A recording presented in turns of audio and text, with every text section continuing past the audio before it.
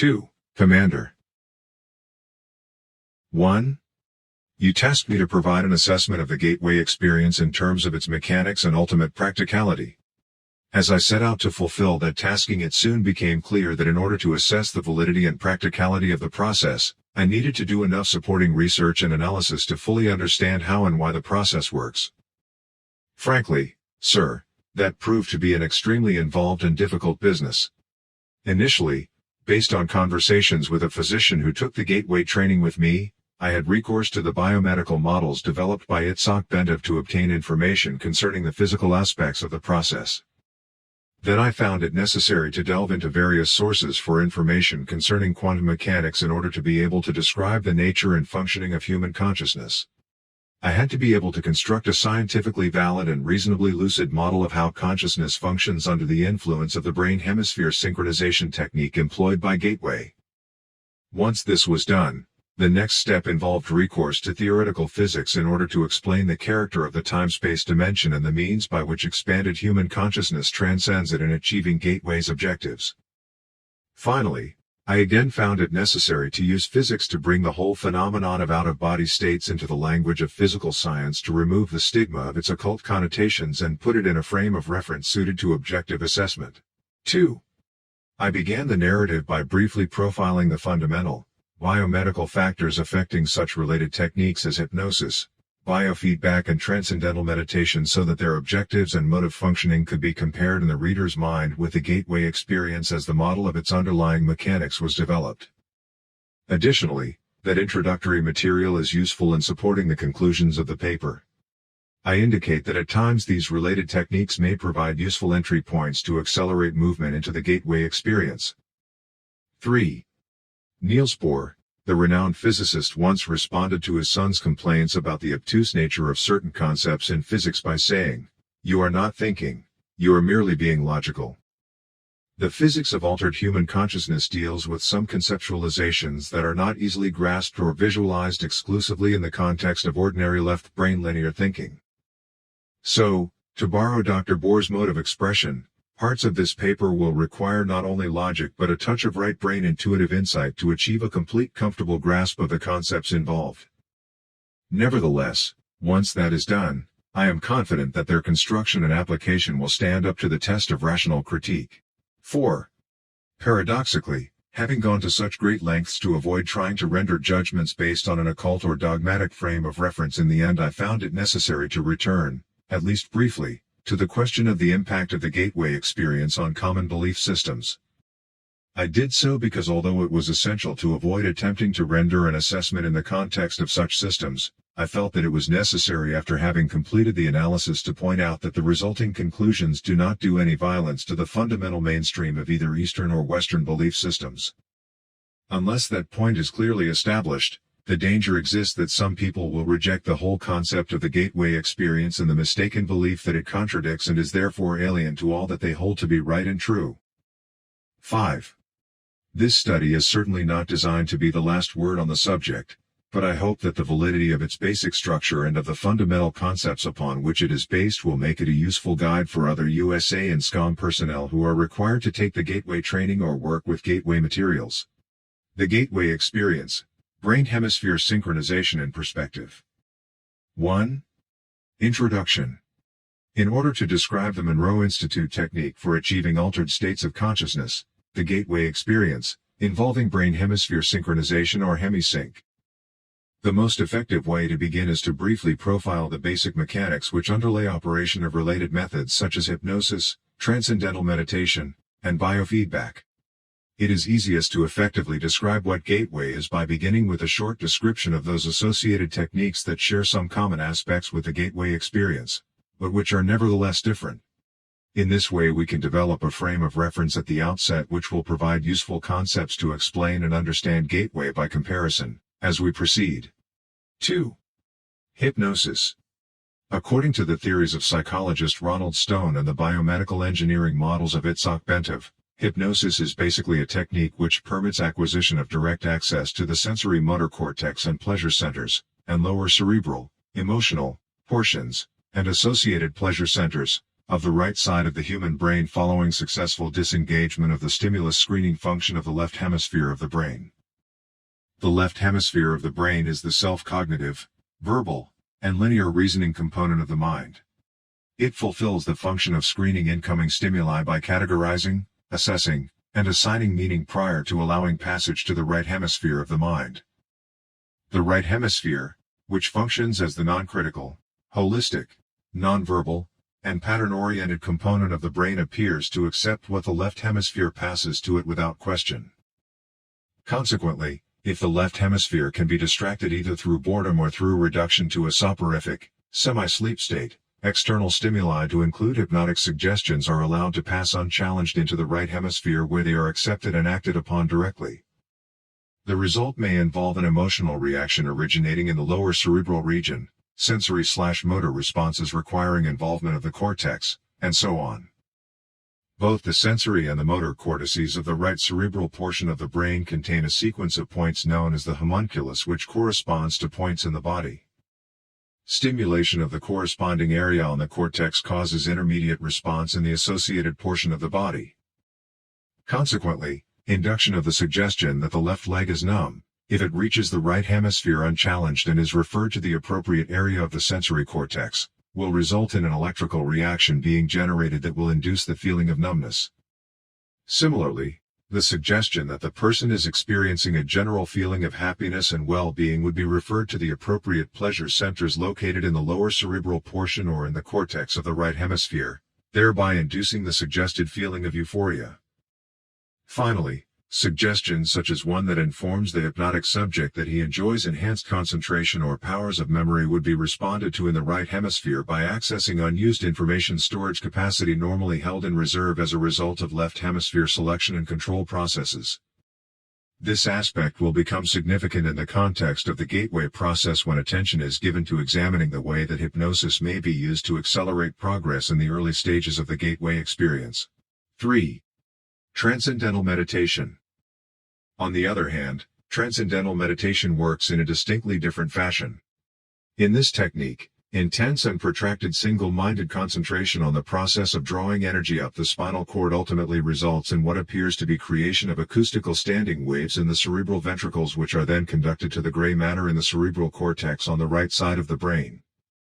As a result, according to Bentov, these waves will stimulate and eventually polarize the cortex in such a way that it will tend to conduct a signal along the homunculus, starting from the toes and on up. The Bentov biomedical model, as described in a book by Lee Sondela, MD, entitled Kundalini Psychosis or Transcendence, states that the standing acoustical waves are the result of the altered rhythm of heart sounds which are occasioned by prolonged practice of meditation, and which set up sympathetic vibrations in the walls of the fluid-filled cavities which comprise the third and lateral ventricles of the brain. In addition, according to Bentov, the states of bliss described by those whose Kundalini symptoms have completed the full loop along the hemispheres may be explained as a self-stimulation of the pleasure centers in the brain caused by the circulation of a current along the sensory cortex.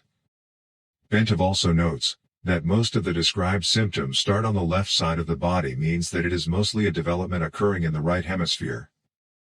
Although normally a period of meditation involving intense concentration and practice for 5 years or some is required to bring up the Kundalini, Bentov states that exposure to mechanical or acoustical vibrations in the range of 4 to 7 Hz cycles per second for protracted periods may achieve the same effect. Bentov cites as an example repeated riding in a car whose suspension and seat combination produce that range of vibrations, or being exposed for long periods of time to these frequencies caused, for instance, by an air conditioning duct. He also notes that the cumulative effect of these vibrations may be able to trigger a spontaneous physio-kundalini sequence in susceptible people who have a particularly sensitive nervous system. 4. Biofeedback. The third consciousness-altering methodology which will be briefly described is biofeedback.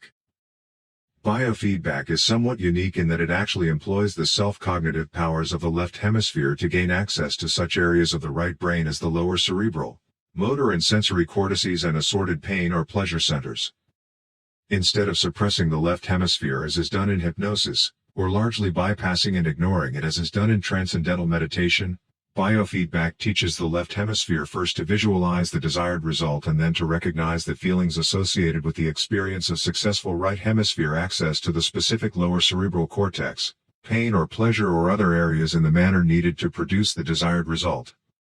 Special self-monitoring devices such as the digital thermometer are used to inform the left brain when it succeeds in keying the right hemisphere into accessing the appropriate area. Once this is done, the left brain can then repeatedly instruct the right brain to re-establish the pathways involved so as to produce the same external, objective measures of success.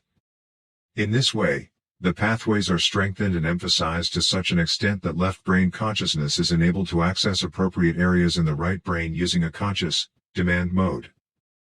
For example, if the subject wishes to increase the circulation in the left leg in order to speed up healing, he may concentrate with his left brain on achieving that result while carefully monitoring a digital thermometer connected to the left leg. When the concentrated effort begins to achieve success, the digital thermometer will register an increase in the temperature of the left leg. At that point, the subject can mentally, left brain, associate the sensations experienced with the result achieved and can begin to emphasize, by memory recall, the same process to cause its strengthening by affirmation and repetition. In this way, pain can be blocked, healing can be enhanced, malignant tumors can apparently be suppressed and ultimately destroyed, the body's pleasure centers can be stimulated, and a variety of specific physiological results may be achieved. In addition, biofeedback may be used to greatly accelerate achievement of deep meditative states, particularly for beginners who have no experience in meditative techniques and whose progress in that methodology is enhanced through effective visualization and external, objective affirmation. Display of the subject's brainwave pattern on a cathode ray tube has proven to be a laboratory-validated means by which subjects may quickly learn to place themselves in profoundly relaxed states characterized by the sort of quietude and singularity of mental focus associated with advanced meditation. 5. Gateway and Hemi-Sync. Now that we have briefly profiled the basic mechanics of the principal techniques for altering or expanding consciousness which share some of the objectives and/or methods employed in the gateway experience, we may proceed to focus on what the technique actually involves. Fundamentally, the gateway experience is a training system designed to bring enhanced strength, focus and coherence to the amplitude and frequency of brainwave output between the left and right hemispheres so as to alter consciousness, moving it outside the physical sphere so as to ultimately escape even the restrictions of time and space. The participant then gains access to the various levels of intuitive knowledge which the universe offers. What differentiates the gateway experience from forms of meditation is its use of the Hemi-Sync technique, which is defined in a monograph by Monroe Institute trainer Melissa Jaeger as a state of consciousness defined when the EEG patterns of both hemispheres are simultaneously equal in amplitude and frequency.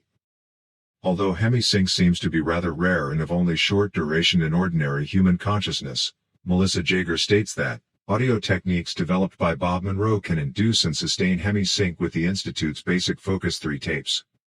She also notes that studies conducted by Elmer and Alice Green at the Menninger Foundation have shown that a subject with 20 years of training in Zen meditation could consistently establish Hemi-Sync at will, sustaining it for over 15 minutes.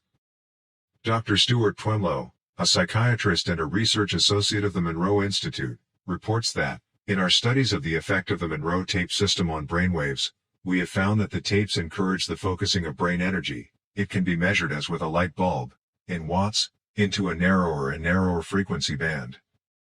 This focusing of energy is not unlike the yoga concept of one-pointedness, which we may translate in Western terms as a single-mindedness. Dr. Twemlow goes on to observe that as the individual gets into the tapes beyond Focus 3, there is a gradual increase in brainwave size, which is a measure of brain energy or power. 6. Lamp versus laser. Melissa Jaeger uses a metaphor to help clarify the process involved in the use of Hemi-Sync in the gateway experience. She points out that the human mind in its natural state may be likened to an ordinary lamp which expends energy in the form of both heat and light, but in a chaotic, incoherent way which diffuses its energy over a wide area of rather limited depth.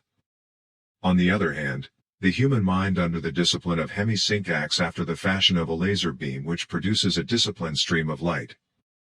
The stream of energy is projected with total coherence of both frequency and amplitude such that the surface area of a laser beam contains billions of times the concentrated energy found in a similar surface area on the Sun. Gateway assumes that once the frequency and amplitude of the human brain are rendered coherent, it is possible to begin accelerating both so that the human mind is soon resonating at ever higher vibrational levels. The mind can then bring itself into synchronization with more sophisticated and rarefied energy levels in the universe. The mind, when operating at these increasingly rarefied levels, is assumed to be capable of processing the information thus received through the same fundamental matrix by which it makes sense of ordinary physical sensory input to achieve meaning in a cognitive context. Such meaning is usually perceived visually in the form of symbols, but may also be perceived as astonishing flashes of holistic intuition, or even in the form of scenarios involving both visual and oral perception.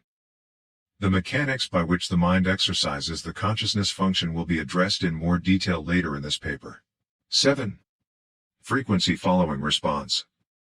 To achieve synchronization of brain hemispheres, the Hemi-Sync technique takes advantage of a phenomenon known as the frequency following response, FFR, which means that if a subject hears a sound produced at a frequency which emulates one of those associated with the operation of the human brain, the brain will try to mimic the same frequency pattern by adjusting its brainwave output. Therefore, if the subject is in a fully awake state but hears sound frequencies which approximates brainwave output at the theta level, the subject's brain will endeavor to alter its brainwave pattern from the normal beta to the theta level. Since the theta level is associated with sleep, the subject concerned may progress from a fully awake to a sleep state, provided that he does not consciously resist, as the brain strives to entrain its wave frequency output with the one which the person hears. Since these brainwave frequencies are outside the spectrum of sounds which can be heard in pure form by the human ear, Hemi-Sync must produce them based on another phenomenon known as the brain's capacity for deducing beat frequencies. If the human brain is exposed to one frequency in the left ear which is 10 Hz below another audible frequency played in the right ear, rather than hearing either of the two audible frequencies, the brain chooses to hear the difference between them, the beat frequency. Thus, availing itself of the FFR phenomenon, and using the technique of beat frequencies, the gateway system uses Hemi-Sync and other audio techniques employing the FFR phenomenon to introduce a variety of frequencies which are played at a virtually subliminal, marginally audible level. The objective is to relax the left hemisphere of the brain, place the physical body in a virtual sleep state, and bring the left and right hemispheres into coherence under conditions designed to promote the production of ever higher amplitude and frequency of brainwave output. Audible and perhaps subliminal suggestions by Bob Monroe accompany the various brainwave frequencies, which are sometimes rolled in together with other sounds such as sea surf to mask the sound frequencies where desirable. In this way, Gateway endeavors to provide the subject with the tools by which he may alter his consciousness based on his own volition over time through the repetitive use of the tapes so as to access, via intuitive means, new categories of information not available to ordinary consciousness. 8. Role of resonance. However, brain coherence through entrainment to beat frequencies introduced via stereo headphones is only part of the reason why the gateway system works.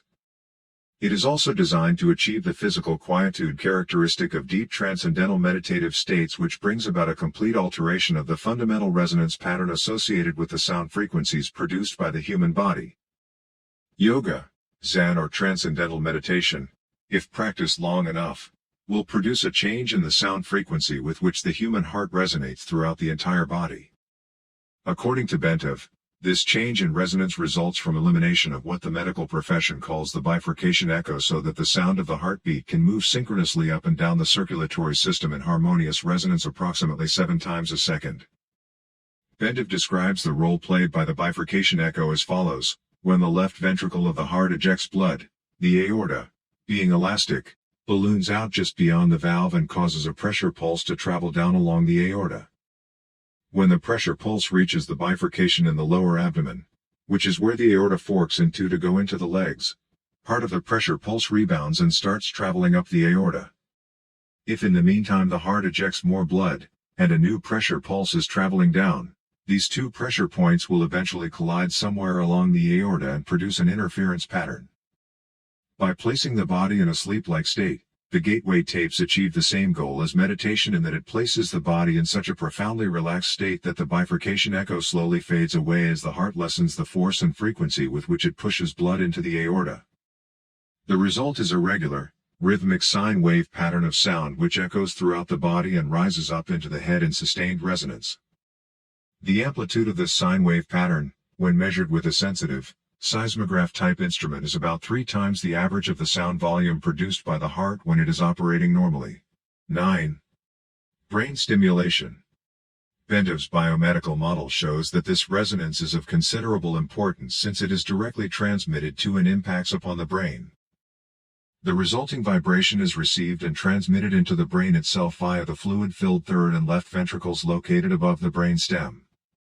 An electromagnetic pulse is then generated which stimulates the brain to raise the amplitude and frequency of brainwave output, just as Dr. Twemlow observed in his research on the effects of the Hemi-Sync tapes. Also, the brain is contained in a tight membrane called the dura, which is, in turn, cushioned by a thin layer of fluid located between it and the skull. As the coherent resonance produced by the human heart in a state of profound relaxation reaches the fluid layer surrounding the brain, it sets up a rhythmic pattern in which the brain moves up and down approximately 0.005 to 0.010 millimeters in a continuous pattern. The self-reinforcing character of resonant behavior accounts for the body's ability to sustain this movement despite the minimal level of energy involved. In this way, the entire body, based on its own micromotion, functions as a tuned vibrational system which transfers energy in a range of between 6.8 and 7.5 Hz into the Earth's ionospheric cavity, which itself resonates at about 7 to 7.5 Hz. Of this process, Bentov states, "This is occurring at a very long wavelength of about 40,000 km, or just about the perimeter of the planet. In other words, the signal from the movement of our bodies will travel around the world in about 1/7 of a second through the electrostatic field in which we are embedded. Such a long wavelength knows no obstacles, and its strength does not attenuate much over large distances. Naturally, it will go through just about anything: metal, concrete, water, and the fields making up our bodies. It is the ideal medium for conveying a telepathic signal. Consequently, the gateway process is designed to rather rapidly induce a state of profound calm within the nervous system and to significantly lower blood pressure to cause the circulatory system, skeleton and all other physical organ systems to begin vibrating coherently at approximately 7 to 7.5 cycles per second. The resulting resonance sets up a regular, repetitive sound wave which propagates in consonance with the electrostatic field of the Earth. 10. Energy entrainment. As the body is turned into a coherent oscillator vibrating in harmony with the surrounding electrostatic medium, the specific exercises included in the gateway tapes enjoin the participant to build up the energy field surrounding his body, presumably by using energy from the Earth's field which the body is now entraining because of its ability to resonate with it. This puts the body's energy field into homogeneity with its surrounding environment and promotes movement of the seat of consciousness into the surrounding environment, partly in response to the fact that the two electromagnetic medians are now a single energy continuum.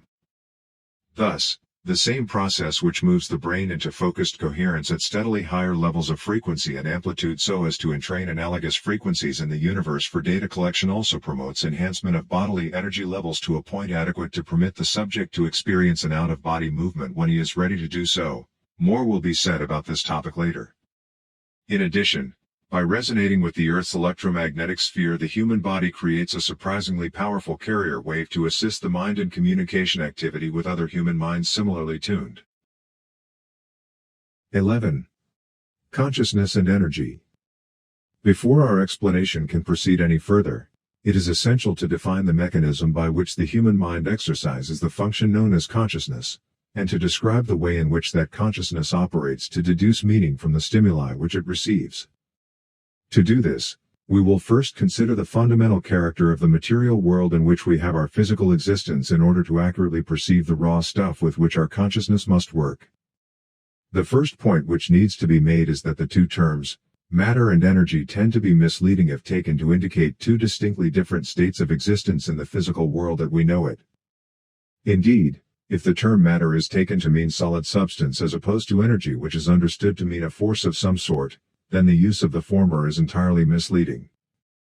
Science now knows that both the electrons which spin in the energy field located around the nucleus of the atom and the nucleus itself are made up of nothing more than oscillating energy grids. Solid matter, in the strict construction of the term, simply does not exist. Rather, Atomic structure is composed of oscillating energy grids surrounded by other oscillating energy grids which orbit at extraordinarily high speeds. In his book, Stalking the Wild Pendulum, Itzhak Bentov gives the following figures. The energy grid which composes the nucleus of the atom vibrates at approximately 10 to the 22nd Hz, which means 10 followed by 22 zeros. At 70 degrees Fahrenheit an atom oscillates at the rate of 10 to the 15th Hz. An entire molecule, composed of a number of atoms bound together in a single energy field vibrates in the range of 10 to the 9th Hz. A live human cell vibrates at approximately 10 to the 3rd Hz. The point to be made is that the entire human being, brain, consciousness and all is, like the universe which surrounds him, nothing more or less than an extraordinarily complex system of energy fields. The so-called states of matter are actually variances in the state of energy, and human consciousness is a function of the interaction of energy in two opposite states, motion versus rest, in a manner described in the following paragraph. 12. Holograms. Energy creates, stores and retrieves meaning in the universe by projecting or expanding at certain frequencies in a three-dimensional mode that creates a living pattern called a hologram. The concept of the hologram can be most easily understood by using an example cited by Bentov in which he asks the reader to visualize a bowl full of water into which 3 pebbles are dropped. As the ripples created by the simultaneous entry of the 3 pebbles radiate outward towards the rim of the bowl, Bentov further asks the reader to visualize that the surface of the water is suddenly flash frozen so that the ripple pattern is preserved instantly. The ice is removed leaving the 3 pebbles still laying at the bottom of the bowl. Then the ice is exposed to a powerful, coherent source of light, such as a laser. The result will be a three-dimensional model or representation of the position of the 3 pebbles suspended in midair. Holograms are capable of encoding so much detail that, for example, it is possible to take a holographic projection of a glass of swamp water and view it under magnification to see small organisms not visible to the naked eye when the glass of water itself is examined. The whole concept of holography, despite its scientific implications, has only been known to the physicists since the underlying mathematical principles were worked out by Denis Gabor in 1947. He later won a Nobel Prize for his work. Laboratory demonstration of Gabor's work only occurred years later following invention of the laser. As biologist Lyle Watson explains, the purest kind of light available to us is that produced by a laser, which sends out a beam in which all the waves are of one frequency, like those made by an ideal pebble in a perfect pond. When 2 laser beams touch, they produce an interference pattern of light and dark ripples that can be recorded on a photographic plate. And if one of the beams, instead of coming directly from the laser, is reflected first off an object such as a human face, the resulting pattern will be very complex indeed, but it can still be recorded. The record will be a hologram of the face. 13. The part encodes the whole. Of further importance is the fact that even if we dropped our frozen hologram of the ripple pattern on the floor and broke it into a number of pieces, each individual piece would recreate the entire holographic image all by itself. The smaller the piece, the fuzzier and more distorted would be the resulting holographic projection, but the fact remains that a whole projection would nonetheless be made. The key to creating any hologram is that energy and motion must interact with energy in a state of rest, non-motion.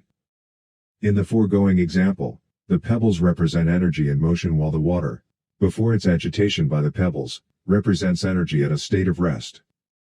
To activate or, in effect, to perceive the meaning of a holograph, energy, in this case, a coherent light source such as a laser beam, must be passed through the interference pattern generated by interaction between the moving energy and the energy at rest. In the simple example given by Bentov, this requirement was fulfilled by holding the frozen interference pattern in front of the coherent light to project the three-dimensional holographic image, its meaning, into space. As Marilyn Ferguson, editor of the Brain/Mind Bulletin tells us, another feature of a hologram is its efficiency. Billions of bits of information can be stored in a tiny space. The pattern of the holographic photograph is stored everywhere on the plate. 14. The consciousness matrix. The universe is composed of interacting energy fields, some at rest and some in motion. It is, in and of itself, one gigantic hologram of unbelievable complexity. According to the theories of Karl Pribram, a neuroscientist at Stanford University, and David Bohm, a physicist at the University of London. The human mind is also a hologram which attunes itself to the universal hologram by the medium of energy exchange, thereby deducing meaning and achieving the state which we call consciousness. With respect to states of expanded or altered consciousness such as gateway uses, the process operates in the following way. As energy passes through various aspects of the universal hologram, and is perceived by the electrostatic fields which comprise the human mind, the holographic images being conveyed are projected upon those electrostatic fields of the mind, and are perceived or understood to the extent that the electrostatic field is operating at a frequency and amplitude that can harmonize with and therefore read the energy carrier wave pattern passing through it. Changes in the frequency and amplitude of the electrostatic field which comprises the human mind determines the configuration, and hence the character of the holographic energy matrix which the mind projects to intercept meaning directly from the holographic transmissions of the universe. Then, to make sense of what the holographic image is saying to it, the mind proceeds to compare the image just received with itself. Specifically, it does this by comparing the image received with that part of its own hologram which constitutes memory. By registering differences in geometric form and in energy frequency, the consciousness perceives. As psychologist Keith Floyd puts it, contrary to what everyone knows is so, it may not be the brain that produces consciousness, but rather, consciousness that creates the appearance of the brain. 15. Brain in phase. The consciousness process is most easily envisaged if we picture the holographic input with a three-dimensional grid system superimposed over it such that all of the energy patterns contained within can be described in terms of three-dimensional geometry using mathematics to reduce the data to two-dimensional form. Bentov states that scientists suspect that the human mind operates on a simple binary, go/no-go, system as do all digital computers. Therefore, once it superimposes a three-dimensional matrix over holographic information it wishes to interpret, and reduces that information mathematically to two-dimensional form, it can completely process it using its fundamental binary system just as any computer made by the hand of man can process volumes of data, and make various comparisons between the data and information stored in its digital memory. Our minds operate in the same way, perceiving by comparison only. Bentov states the proposition this way: our whole reality is constructed by constantly making such comparisons. Whenever we perceive something, we always perceive differences only. In states of expanded consciousness, the right hemisphere of the human brain in its holistic, nonlinear and nonverbal mode of functioning acts as the primary matrix or receptor for this holographic input while, by operating in phase or coherence with the right brain, the left hemisphere provides the secondary matrix through its binary, computer-like method of functioning to screen further the data by comparison and reduce it to a discrete, two-dimensional form. 16. Evaluation. To the extent that Gateway succeeds in bringing about a refinement in energy matrix of the mind, it succeeds in expanding or altering human consciousness so that it can perceive without recourse to the intercession of the physical senses, such that ever more of the universal hologram, not, of course, accessible by sense perception, can ultimately be perceived and understood. Marilyn Ferguson has written that the theories of Pribram and Bohm appear to account for all transcendental experience, paranormal events and even normal perceptual oddities. She goes on to say of Pribram, currently he is proposing a startling, all-encompassing model that is generating considerable excitement among those intrigued by the mysteries of human consciousness.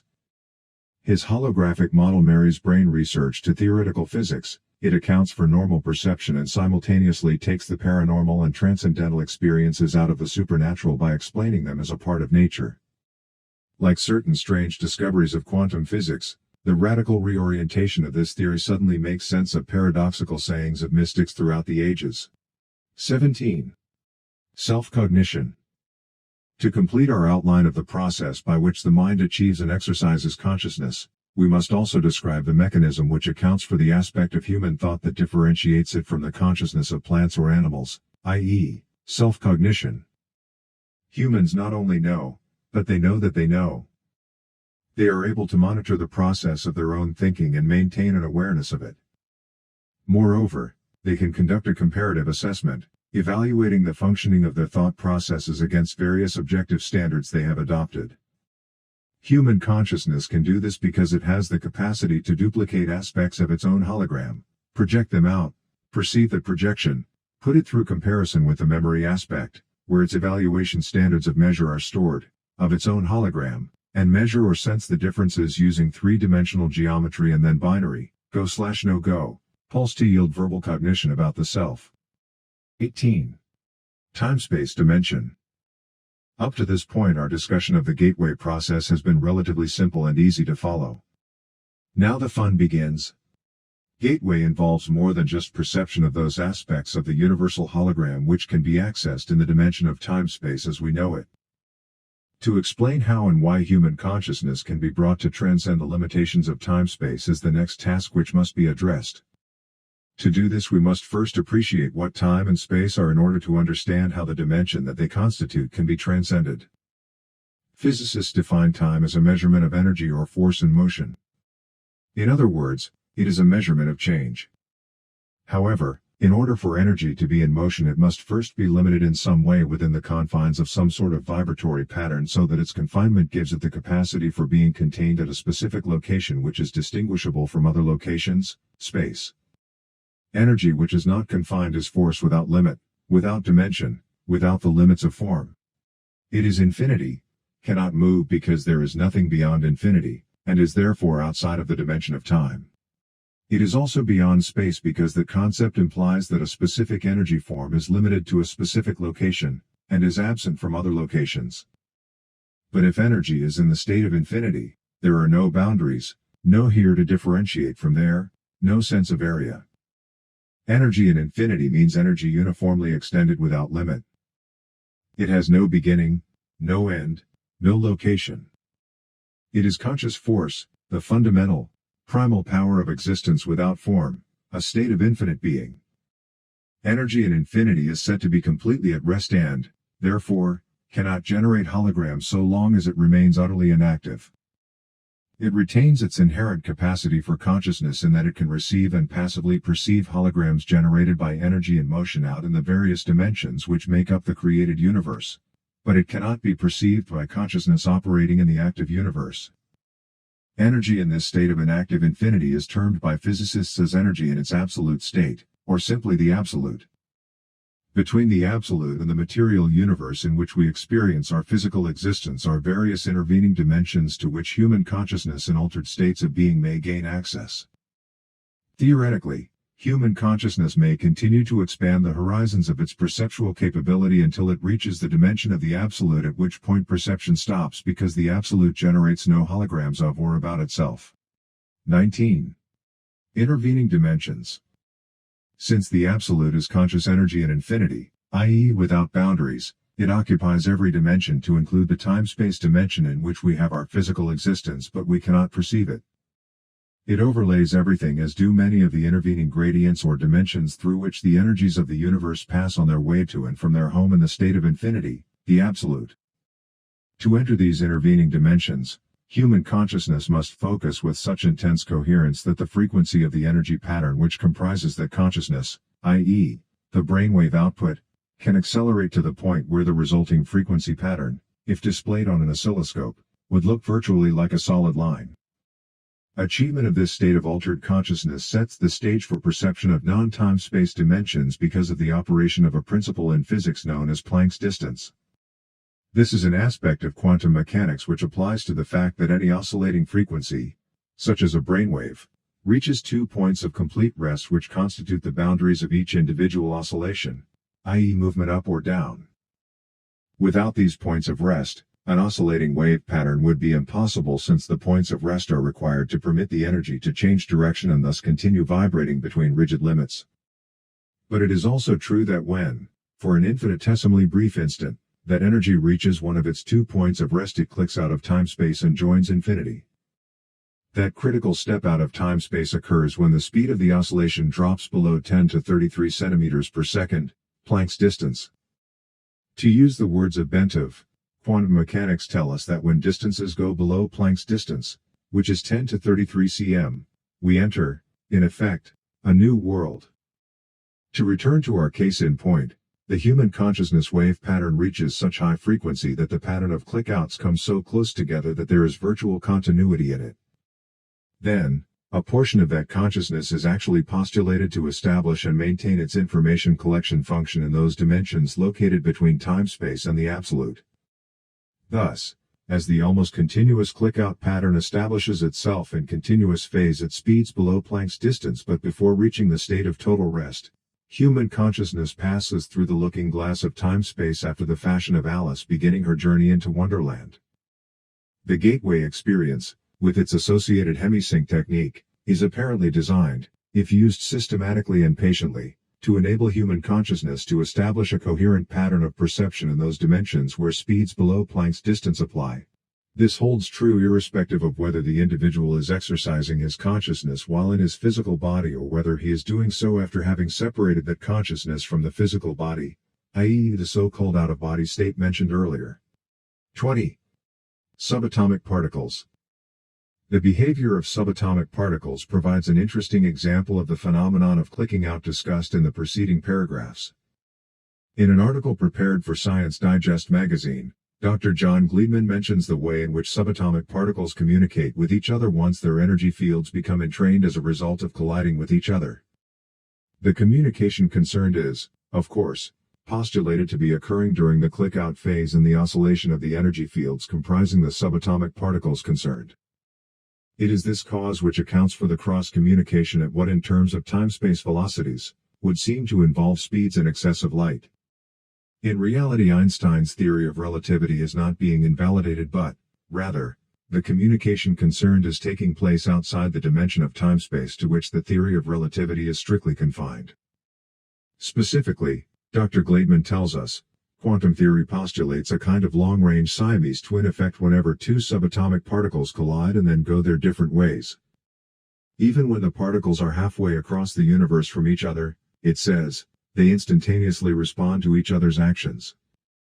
And in so doing, they violate relativity's ban on faster-than-light velocities.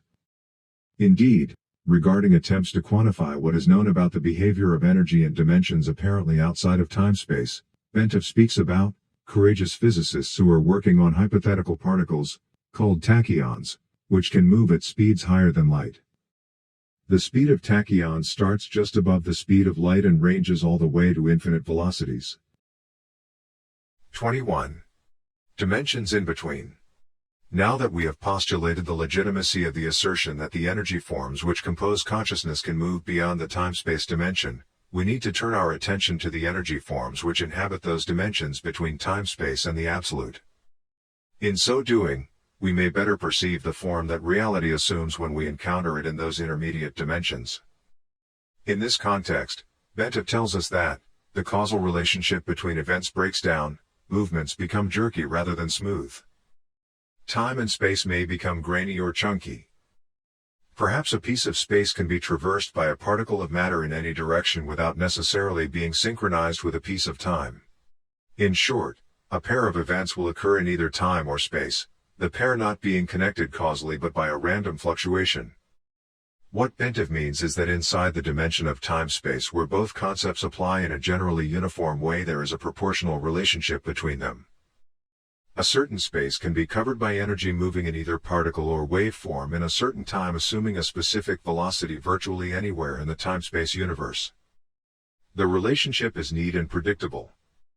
However, in the intermediate dimensions beyond time-space, the limitations imposed on energy to put it into a state of oscillating motion are not uniform as they are in our physical universe. A myriad of various distortions and incongruities are thus likely to be encountered such that our neat assumptions concerning the relationship between time and space as we know it in this dimension do not apply. But even more important, access is open to both the past and the future when the dimension of current time-space is left behind. 22. Special status, out-of-body experience. Although human consciousness can, with enough practice, move beyond the dimension of time-space and interface with other energy systems in other dimensions, the entire process is appreciably enhanced if that consciousness can be detached in large measure from the physical body before such interface is attempted. Once an individual becomes proficient in the technique of out-of-body movement and then reaches the point where he is able to break out of time-space while out of his body, he gains the advantage of clicking out part of his enhanced consciousness while starting from a base located much closer to the dimensions with which he wishes to communicate. In other words, since he is starting from a point much higher up, to use an analogy from the time-space context, that part of his consciousness involved in clicking out will have that much more time to interact in dimensions beyond time-space because less time is required to traverse the intervening layers. Moreover, once the individual is able to project his consciousness beyond time-space, that consciousness would logically tend to entrain its frequency output with the new energy environment to which it is exposed, therein greatly enhancing the extent to which the individual's altered consciousness may be further modified to achieve a much heightened point of focus and a much refined oscillating pattern.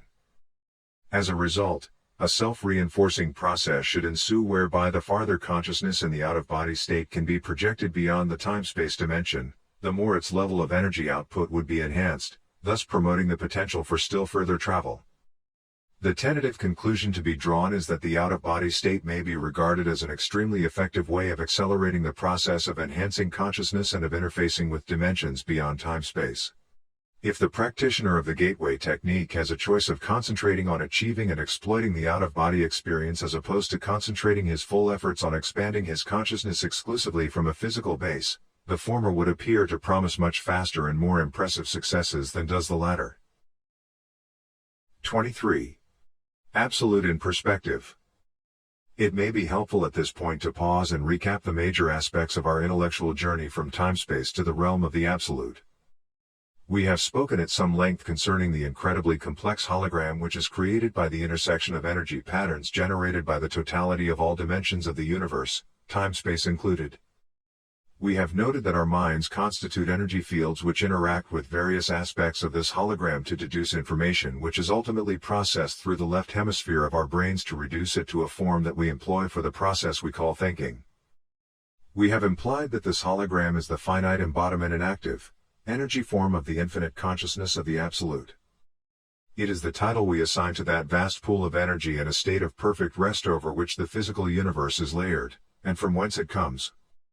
Incidentally, to describe this, Bentiv uses the analogy of a very deep sea, comparing the still depths of the sea to the dimension of the Absolute while assigning the storm-tossed waves above to represent the physical universe with which we are familiar. The slightly agitated currents of the sea to be found in between the turbulent surface and the totally still depths represent energy in the process of either going into rest, i.e. approaching infinity, or coming out of rest. 24. From Big Bang to Torus. Working from the widely accepted Big Bang theory, Bentiv presents a conceptual model to depict the process of time-space evolution, the relative position of the universal hologram. That hologram is often called a torus because it is thought to have the overall shape of an immense, self-contained spiral. Basing his thesis on recent studies concerning the distribution of quasars, quasi-stellar objects, and operating on the premise that in the universe smaller processes tend to be mirror images of larger ones, i.e. the pattern of electrons around the nucleus of an atom mirrors the way planets orbit their suns, and so on, Bentiv postulates the following scenario. Taking his cue from the observed capability of quasars to eject enormously concentrated beams of matter from their interiors in a controlled, non-concentric version of the Big Bang, he envisages a similar process occurring in the generation of the universe. Noting that those galaxies located to the north of our own galaxy are moving away faster than those located to the south, and that those to the east and west are demonstrably more distant, Bentiv regards this as substantive evidence that the jet of matter which expanded into our universe has turned back upon itself, eventually forming an ovoid or egg shape. He sees matter in our universe entering the ovoid pattern following ejection from a nucleus composed of extremely compressed energy through a white hole. At the end of its trip to the far end of the ovoid, he sees it departing via a black hole.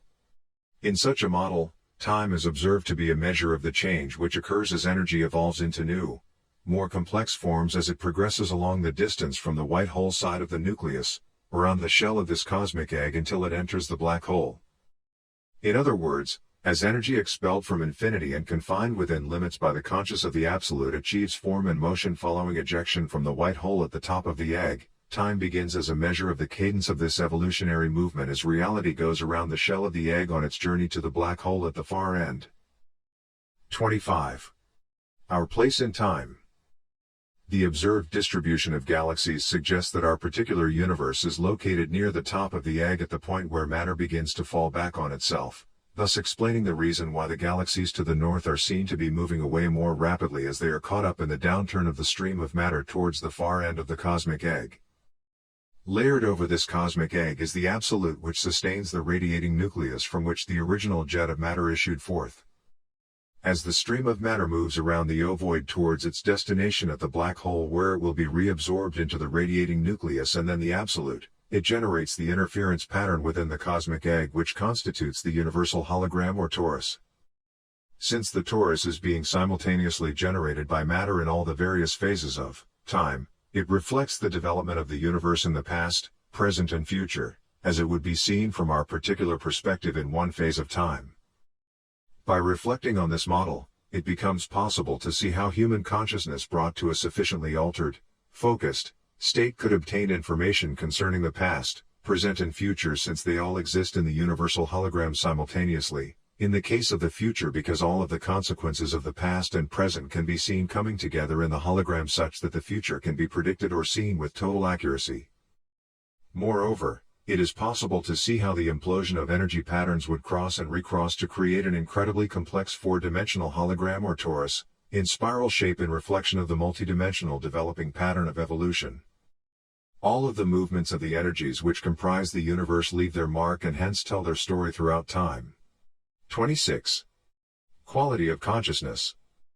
We noted earlier that the out-of-body state involves projection of a major portion of the energy pattern that represents human consciousness so that it may move either freely throughout the terrestrial sphere for purposes of information acquisition or into other dimensions outside of time-space, perhaps to interact with other forms of consciousness within the universe.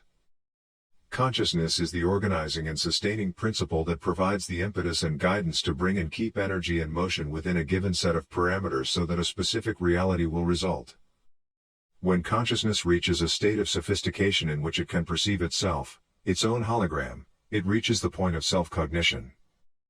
Human beings have this form of elevated consciousness as does the Absolute, but in case of the latter, it is a function of energy and its associated quality of consciousness in infinity, omniscience and omnipotence and perceptual unity.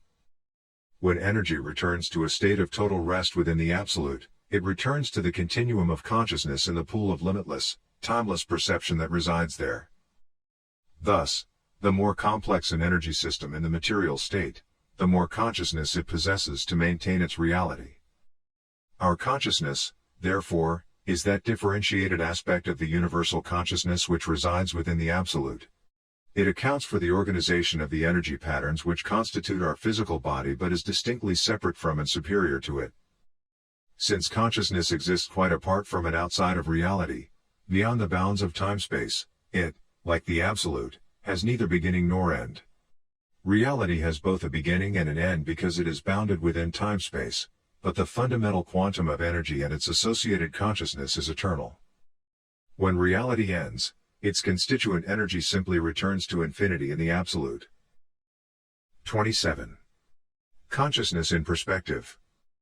Having ascertained that human consciousness is able to separate from physical reality and interact with other intelligences in other dimensions within the universe, and that it is both eternal and destined for ultimate return to the Absolute, we are faced with the question, so what happens then? Since memory is a function of consciousness and therefore enjoys the same eternal character as the consciousness which accounts for its existence, it must be admitted that when consciousness returns to the Absolute, it brings with it all the memories it has accumulated through experience in reality.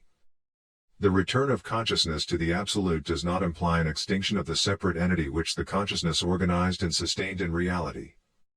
Rather, it suggests a differentiated consciousness which merges with and participates in the universal consciousness and infinity of the Absolute without losing the separate identity and accumulated self-knowledge which its memories confer upon it.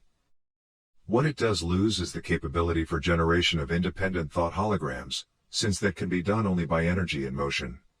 In other words, it retains the power to perceive but loses the power of will or choice. In exchange, however, this consciousness participates in the all-knowing infinite continuum of consciousness which is a characteristic of energy in the ever-present.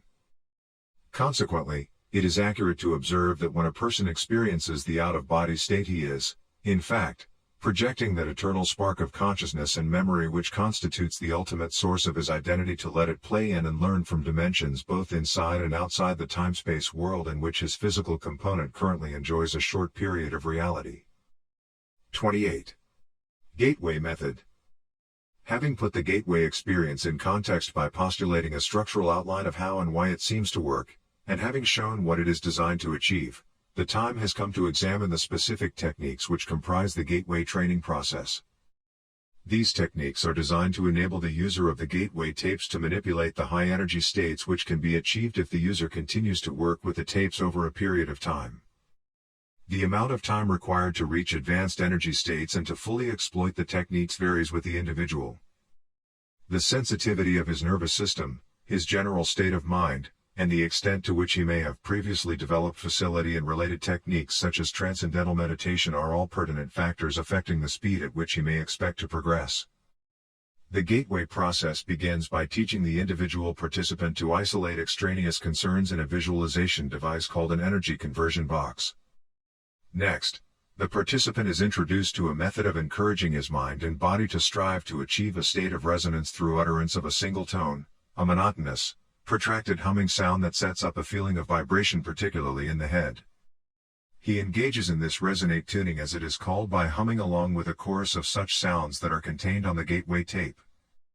Following this, the participant is exposed to the gateway affirmation, and is encouraged to repeat it to himself as he hears it repeated on the tape. This affirmation is a statement to the effect that the individual realizes that he is more than merely a physical body and that he deeply desires to expand his consciousness. 29. Hemi-Sync introduced. After that, he is exposed for the first time to the Hemi-Sync sound frequencies, and is encouraged to focus on and develop a perception of and appreciation for those feelings which accompany the synchronization of brainwaves that results. Next comes the technique of progressive and systematic physical relaxation while the Hemi-Sync frequencies are expanded to include additional forms of pink and white noise designed to put the physical body at the virtual threshold of sleep as well as to calm the left hemisphere of the mind while raising the right hemisphere to a state of heightened attentiveness. Once all of this is achieved, the participant is invited to envisage creation of an energy balloon comprised of an energy flow beginning at the center of the top of the head and extending down in all directions to the feet. The energy involved in this flow then proceeds up through the body and back out into the balloon pattern again.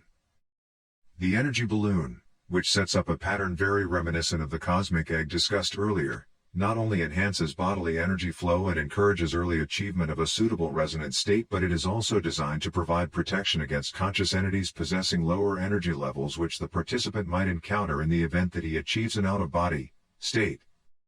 It serves a precautionary purpose in the unlikely event that the participant's first out-of-body experience involves direct projection outside the terrestrial sphere.